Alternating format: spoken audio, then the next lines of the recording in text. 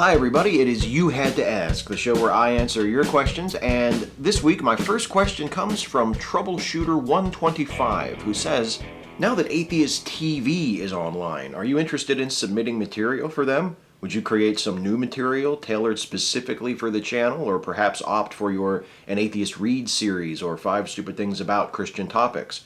Frankly, I see this as an opportunity for you to get exposed to a lot bigger audience, which I hope would be a good thing all the way around. So what do you think, Steve? Time to go for it?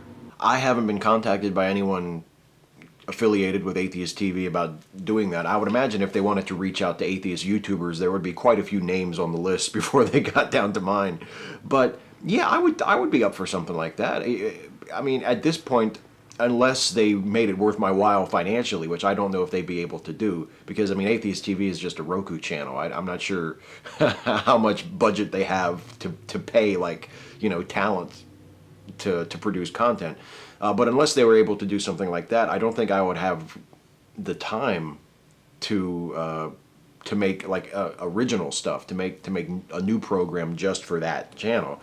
But if they wanted to syndicate some of my stuff that I've already done, they could post my Atheist Read series, or some, like you mentioned, the Christian or religious related 5 Stupid Things About videos. I would have no problem with that. I haven't seen any numbers for, I don't even know if they have them at this point because it's still so new. I don't know how big the audience is going to be for Atheist TV. I'm not sure if, my YouTube audience is not even that big compared to other like really popular atheist YouTubers and popular general YouTubers that get millions of views on all of their videos. My audience is not anywhere close to that.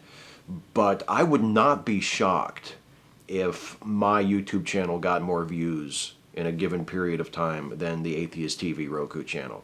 And I don't mean that as a knock on the organization or on the attempt to do something like that. I think at this point it's a very small, not very culturally relevant operation. And hopefully that will change. I would like to see it become more of more of an important, well-known outlet for atheist ideas, for conversations about theism versus atheism and religion versus science and all. I mean, there's a great potential to use that platform in a really positive, progressive way, to not just make people more aware of atheism and what it actually is, and why there's nothing to fear from atheists, who are still a very mistrusted demographic, but also to do positive, science-based, philosophy-based things.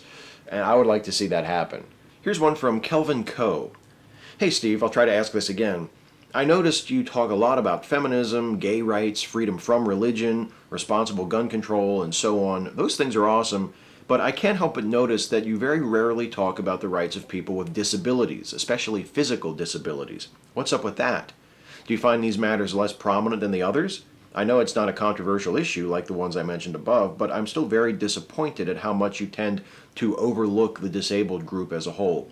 Yes, most people would agree with disabled rights, but a lot of people don't understand what it actually means, and thus do not actually take truly meaningful actions. Disabled people are diverse and face a huge variety of issues.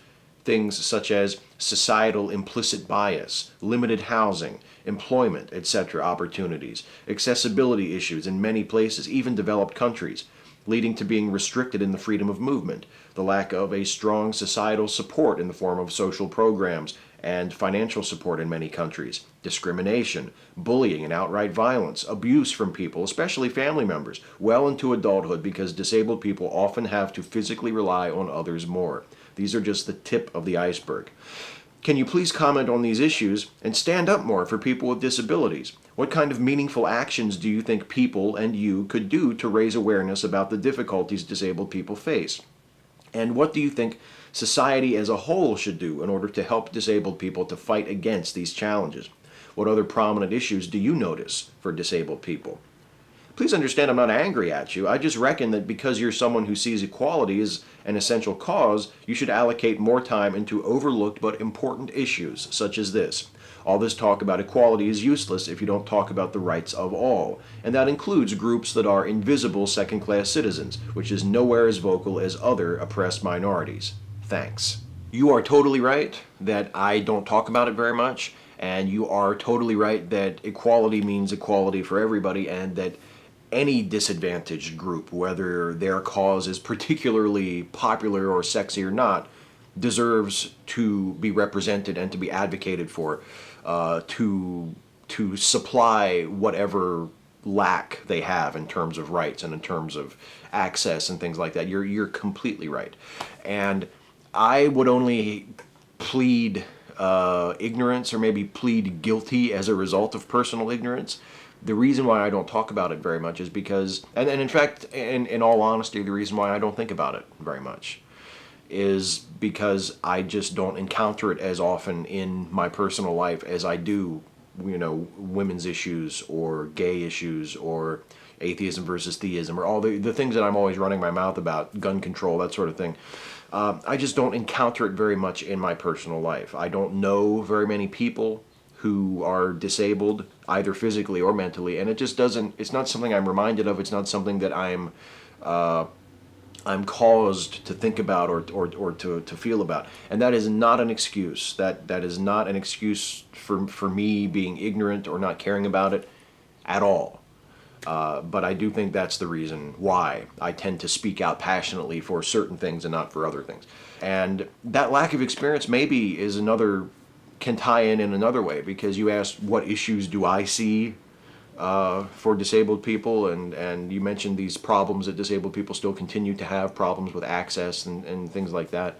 And you also mentioned implicit bias, and that's a big one. Implicit bias is a problem with a lot of different prejudices in a lot of different areas where there's inequality.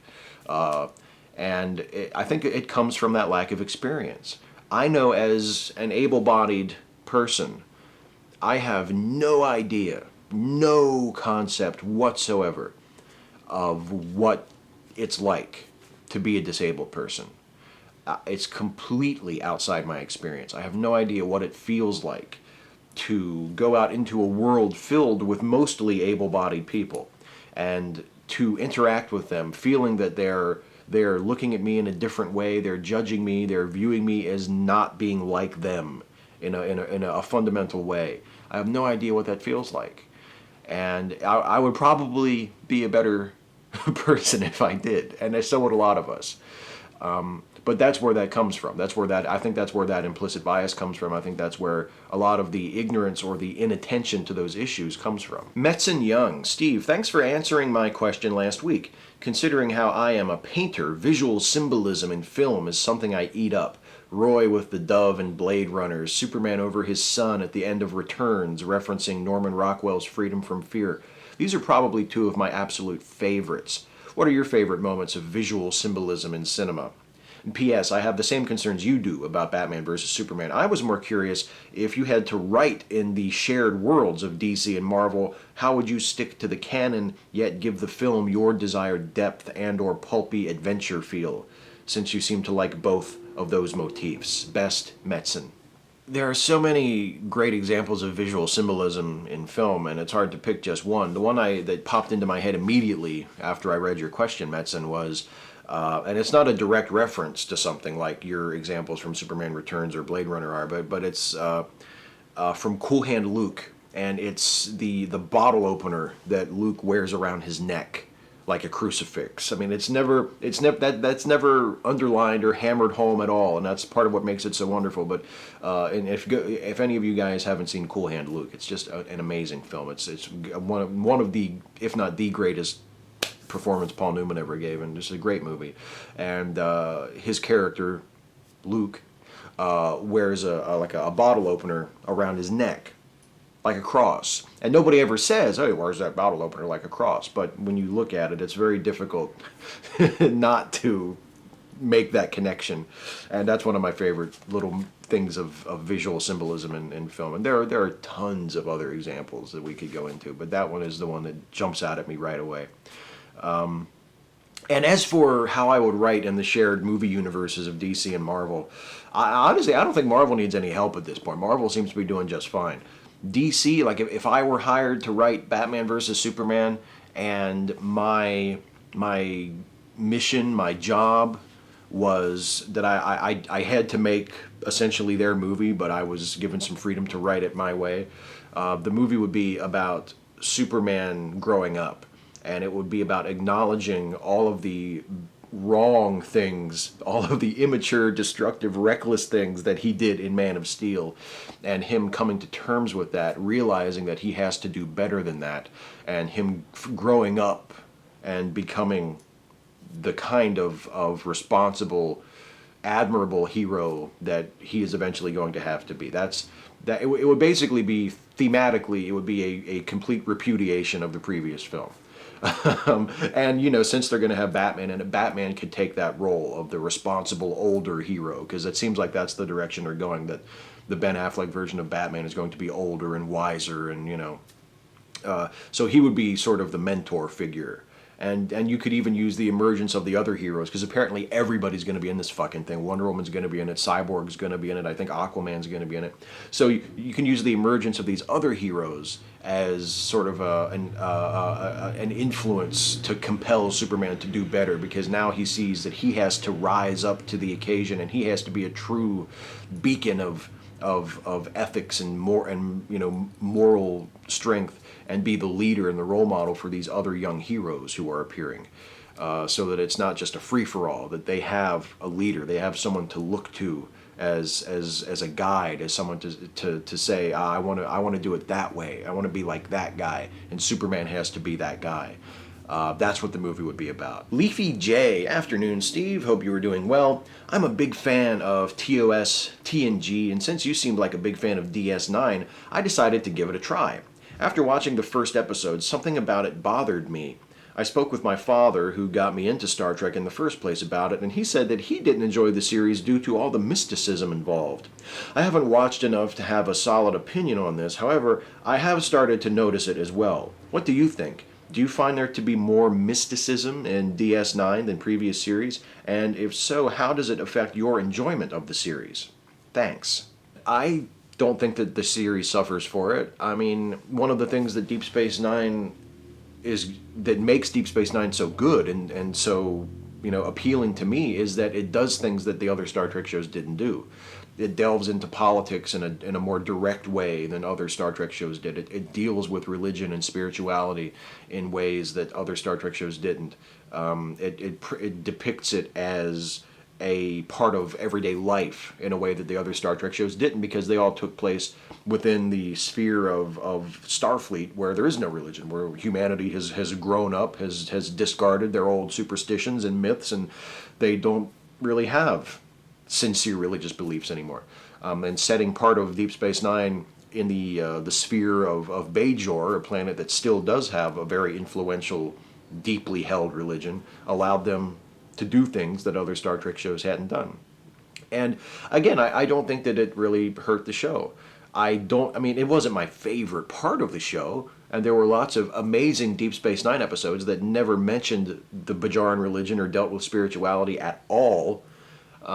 But I don't think the show suffered for it. Jen Virtue. Hi, Steve. I left my Christian church faith 8 months ago after 20-something years. I was converted at 20 years old. Now I'm 40-something years old. And through that time, many of my closest friends are in this church. This church really was very controlling in who was close to you, to the point of being cult-like.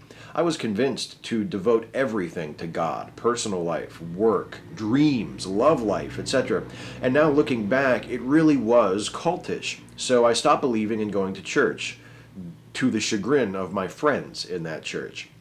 Now that I don't believe in God or the Bible anymore, I have now lost the support of some of those same people in my old church. This is also the case with romantic dating relationships. There are very few people who still accept me in spite of my apostasy.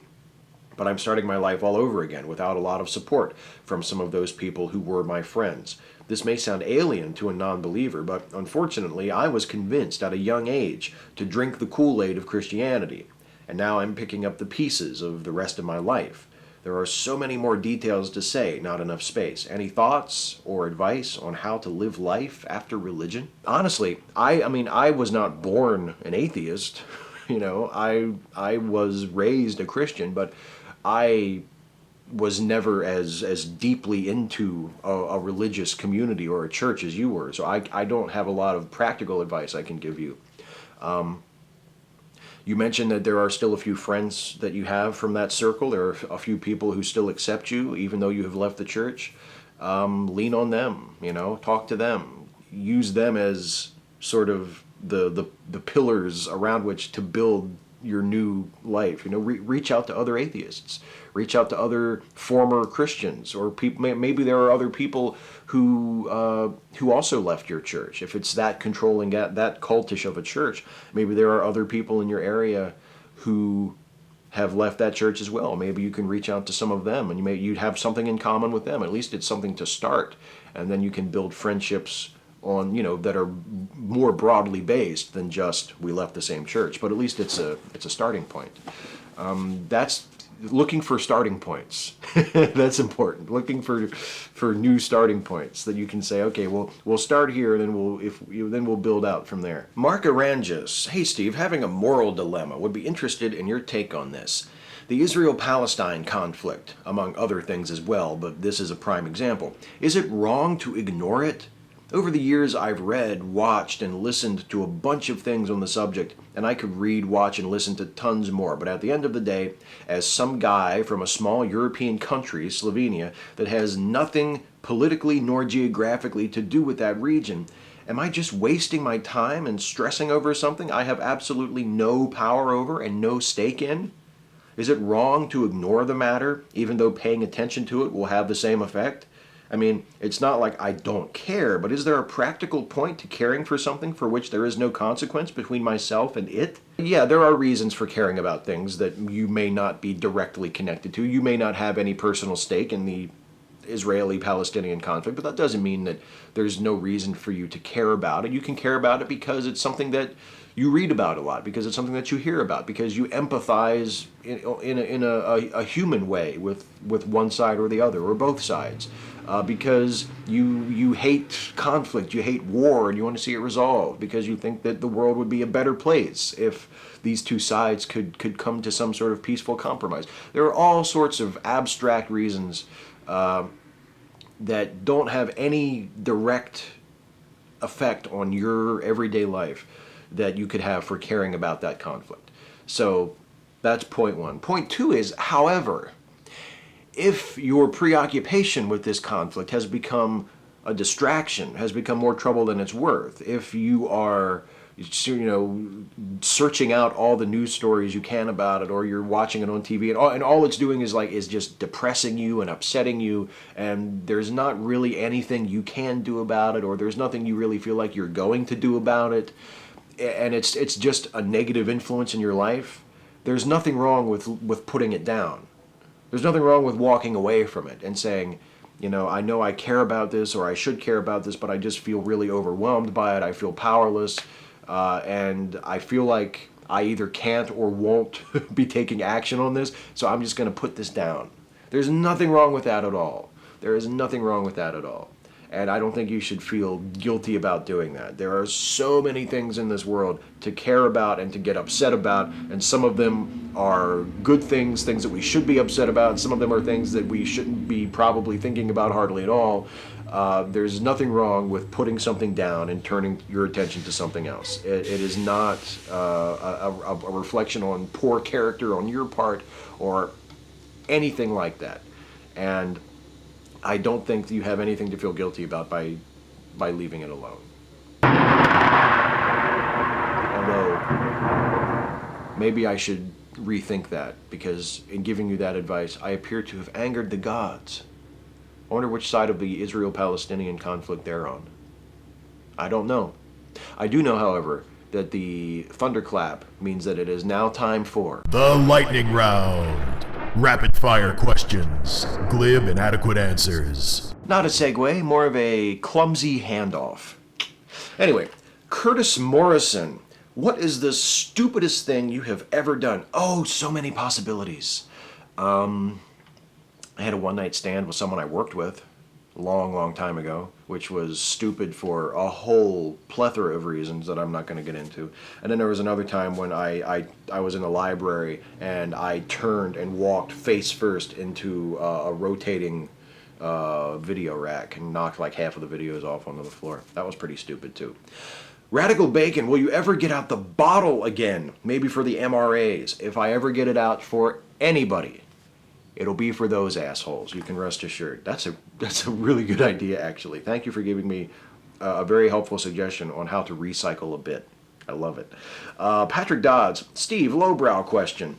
I must know, as someone who grew up in the 80s, did you ever watch Night Court? I wasn't sure if it was ever to your tastes, but sometimes you surprise me. If Night Court wasn't your bag, was there an old school type of sitcom that elicited some cheap laughs? Three's Company, maybe? Let me show you something.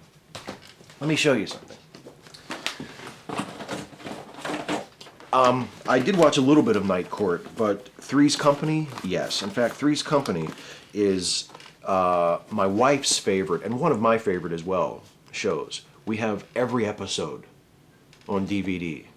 So yes, Three's Company would be an answer to your question. We are both big Three's Company fans. American Slime, hey Steve, how do you feel about the claims of otherworldly experiences by guys like Alan Moore and Grant Morrison? Both have claimed to have had magical experiences interacting with metaphysical beings, pagan gods, and the like. Both seem very sincere in their beliefs and aren't trying to sell anything, and the work of both writers seems to benefit from the things they claim to have seen.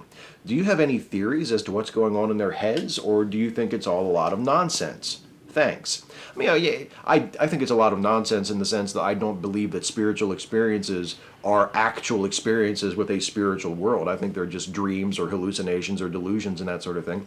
But I mean, if they are a source of inspiration, I think that's great. I've had ideas for stories from dreams. You know, I don't think that it means that I'm connected to some higher reality. It just means I had a dream and it gave me a good idea for a story. So if that's what has happened with Grant Morrison and Alan Moore, then more power to them. And if they think that it's something more than that, if they think that they have connected to some higher realm of existence, good for them. I think that's horseshit. I don't think that's what happened, but good for them. Brad Baumander, hey Steve, I'm going to put your Ask Me Anything to the test. About a year ago, my life got turned upside down. How and why, I don't want to get into, but I have been an emotional wreck ever since. I'm getting better now, and part of me getting better is a career change from working in a construction job that I hated but gave me a good and steady income for the life I thought I was going to have, to being a personal trainer. But before I do that, I feel I need a break from my own life, so I have given real thought into being a male stripper for a while. I think it would be fun, and it would get my mind off what happened to me. The only thing I'm worried about is I might get into the trap of easy money and forgetting about my real goal of being a personal trainer. Yes, this is a real question. I would really like to know what you think. Thank you. If being a male stripper would make you happy and would do something for you in this period in your life, then you should go for it. There are always a million reasons not to do something. And keep in mind, you are talking to someone who does not have necessarily positive feelings about the stripping industry in general. I think that stripping, male or female, is kind of a tawdry thing, and I'm just not attracted to it. But if you are, and you want to, and you think it would be fun, and you think it would possibly be lucrative, then do it. And if you're worried about, losing sight of your ultimate goal of being a personal trainer, just keep your eye on the ball. Maybe set a timetable. Maybe give yourself make a mark on a calendar and say, okay, I'm gonna try the male stripper thing, and whether it works out or it doesn't work out, I'm gonna start transitioning into the personal trainer thing in a year or 18 months or whatever. I mean, give yourself some concrete lines to make sure you don't lose track of your ultimate goal. But if that's what you want to do, man, you should do it. You should totally do it. Black Dark Knight. Hi, Steve. What is your height and weight? I mean, are you making my wax statue or something? You need to know my exact height and weight? I'm just a hair under 6'1", and last time I weighed myself, I was about 190. So there you go. Lonesome Troubadour. Hey Steve, got a question for you on miracles and their supposed proof of God. Let's say you got so sick that the doctors don't know how much more they can do for you. Basically, they think your life is over, but then you come back from the verge of death The doctors are shaking their heads thinking it was some sort of miracle, and they even say there is no medical reason for your recovery. As an atheist, would you consider this a legitimate miracle? No. At least not intellectually, not, forecasting ahead to that hypothetical future from here when I'm still reasonable and rational about the whole thing. No, I would not consider that a miracle. These things happen. And sometimes they're for reasons that we do understand, and sometimes they're for reasons that we don't understand. But that doesn't mean that they're miracles. I don't think that sort of thing would be a miracle. It would be a miracle in the sense of being an incredibly unexpected, fortunate thing that happened to me. But it would not be a miracle in the sense of God reaching down and making something happen to benefit me. That's not what it would be. And I would not believe that just because something really awesome and unexpected happened to me, that doesn't make it a miracle. That's a really egocentric way of looking at it. And it's that sort of thinking that allows people to believe in miracles. And I would want to push that away from me. Ben Hawkins, hey Steve, sometimes Hemet Meta has gone to megachurches to talk with pastors in front of their congregations. Do you see this as a valuable practice? And if you do, if given the opportunity, is this something you would be willing to do?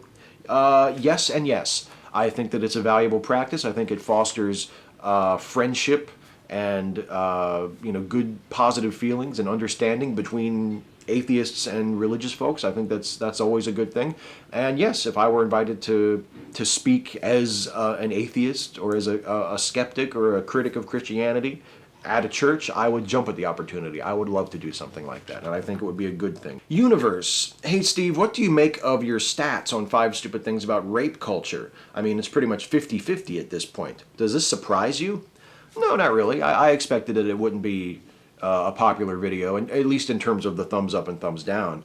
Whenever you mention like controversial topics or topics that there is a certain niche audience for that you just know are going to disagree with you, I expect to see lots of thumbs down on it. It doesn't surprise me.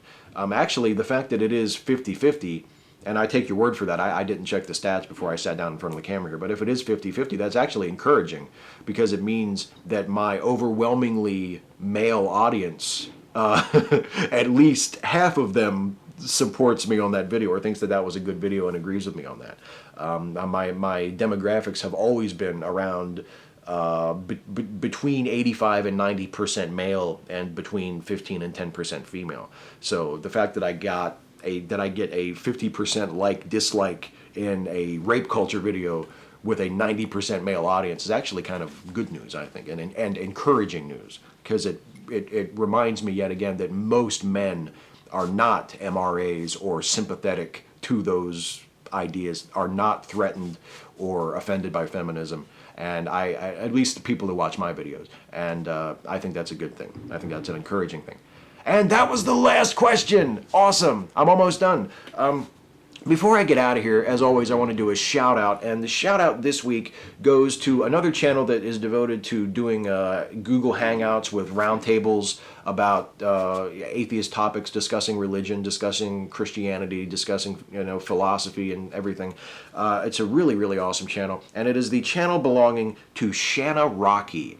This is such a cool channel, and she has so many cool people come on her channel and join her in these hangouts and have these roundtable discussions. She's a pal with Christopher Mounty. She's a pal with Ozymandias Ramses II, both of whom have gotten shout-outs from me in the past. And it's just a great channel and a really fun environment and a positive, helpful environment. If you're someone who has recently maybe emerged from Christianity and you still have issues sort of swimming around in your head that you haven't resolved, it can often help to hear people discuss those issues. And Shanna's channel is a great place for that, to hear people in an articulate, friendly, relaxed environment talk about these religious versus atheism type issues. And she's great, her channel's great, criminally undersubbed. So if you dig, the atheist hangout type of thing, check out Shanna Rockey's channel. It is awesome. Well, that is it for me this week. I'm getting out of here. Please leave a comment on this video. Ask me your question for next time, because in order for me to do this, you have to ask. So leave your comment on this video to ask a question for the next video. Ask me anything about anything. Nothing is too serious. Nothing is too silly. And I will answer as many of them next time as I possibly can. So until next time, take care, everybody, and I'll see you.